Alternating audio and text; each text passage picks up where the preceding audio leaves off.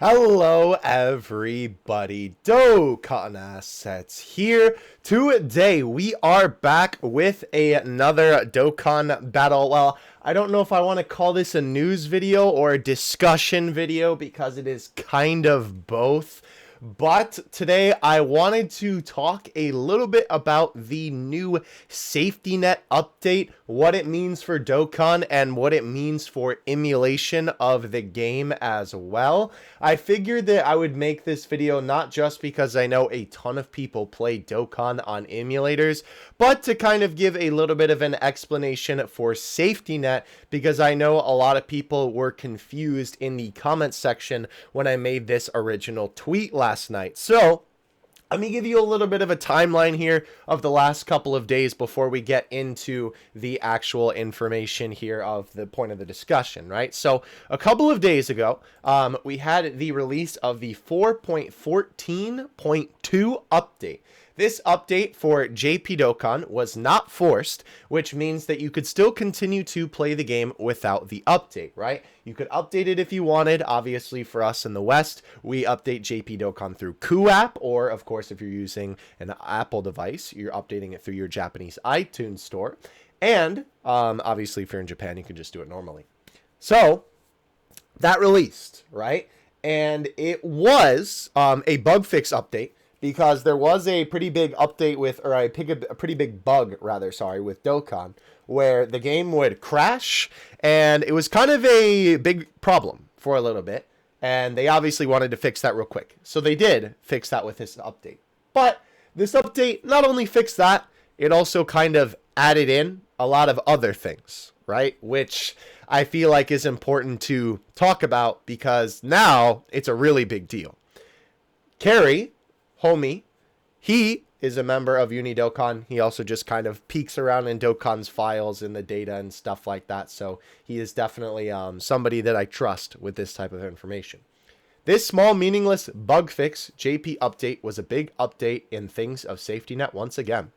I wouldn't be surprised if the next app update 4.13, well, I think it would technically be 4.14.3, but yes, would block off emulators, bots, and other non-official access. It is very likely for this to happen now more than ever. Note, they didn't need to update the app to make it work. The current update technically has everything SafetyNet needs to block non-official access. So, obviously, if we take a look at the information here, for us, the normal user, this kind of all just looks like gibberish. Obviously, this is just all code and commands and that type of stuff. Basically, just kind of giving, authentication to whatever device you're technically connecting to. As you can see, device token failed client, right? Device, version, all that type of stuff, your unique ID for your account, right? A little bit of JavaScript information here, so on and so forth. So basically, SafetyNet is just checking the way that you're connecting to game. I'm in, boys. In game. Now, connecting to the game, and obviously other things in the background. Now, we got this piece of information, and last night we actually did get the update for version 4.14.3. This update is now forced. So, if you want to play Dokkan, you have to update your game, which includes the update from this a couple of days ago, and obviously now includes whatever they also added for SafetyNet in the newest update. So you can't get around it now. It's not an optional update. Kind of makes sense to me that I guess that they would do this right before the anniversary. This does not seem to just be happenstance, in my opinion, that they would do it right before the anniversary, because obviously this is going to be the time that they probably don't want people doing some, nefarious things with their game. And not to mention, right, obviously they also partially do it to, stop modding, and like Carrie said, some different ways you can access the game. Now, let's talk about how this affects you as the end user, right? You as the end user. A couple of things that this affects. Well, one, I'm sure that you heard a bunch of reports of JP Dokkan running very slowly. This was a while ago, like a couple of months ago, when we first had the SafetyNet data put into the game. The interesting thing about SafetyNet is that it has always been an option for Dokkan to do, but it's kind of like, I guess the best way to describe it is that it's always been there, or at least like traces of it have always been there, excuse me, but they just haven't activated it until now. The reasoning for this could of course be a bunch of different things. Obviously, you could throw blame to a bunch of different parties, but at the moment, I don't really think the reason why they're deciding to do it now is too important. It could be all different kinds of things. It could be bots, it could be modding.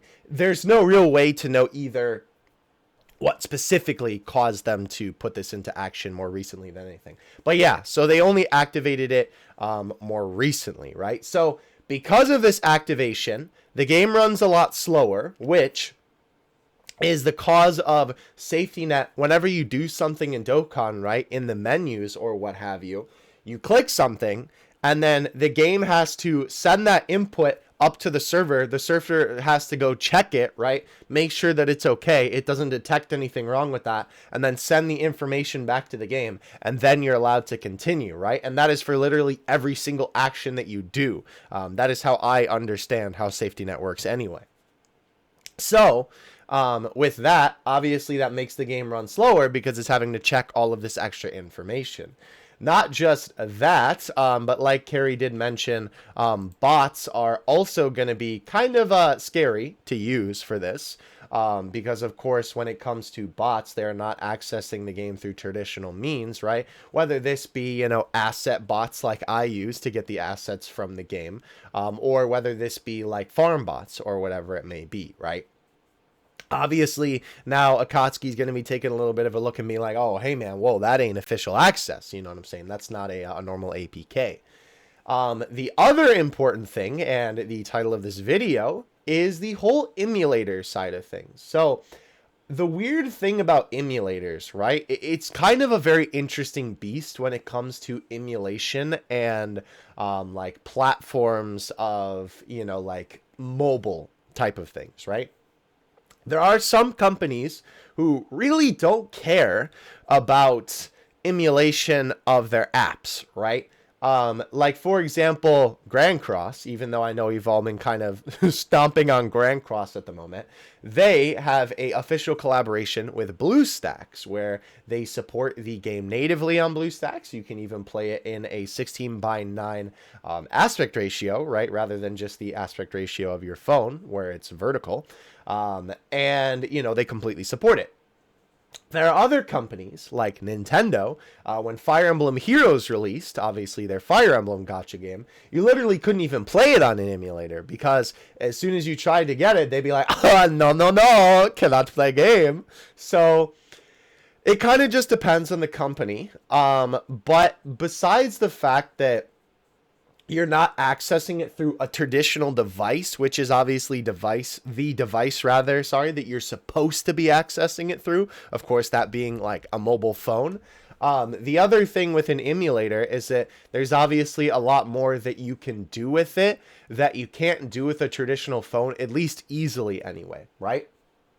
With an emulator, you can not only a little bit easier access the files and such of different applications, you can also root your device super easily when it comes to Android emulators. If you are unfamiliar with rooting, essentially rooting is literally just jailbreaking an iPhone, right? Or an iPad or an iPod, except it's for the Android side of things. They just call it rooting your device.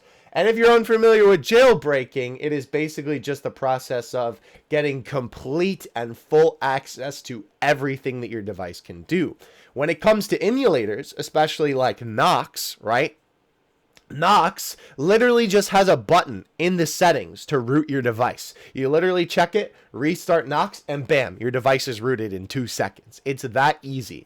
Obviously, that allows you to pick through the game a little bit and makes things like, well, what Bandai doesn't want you doing with their game a little bit easier.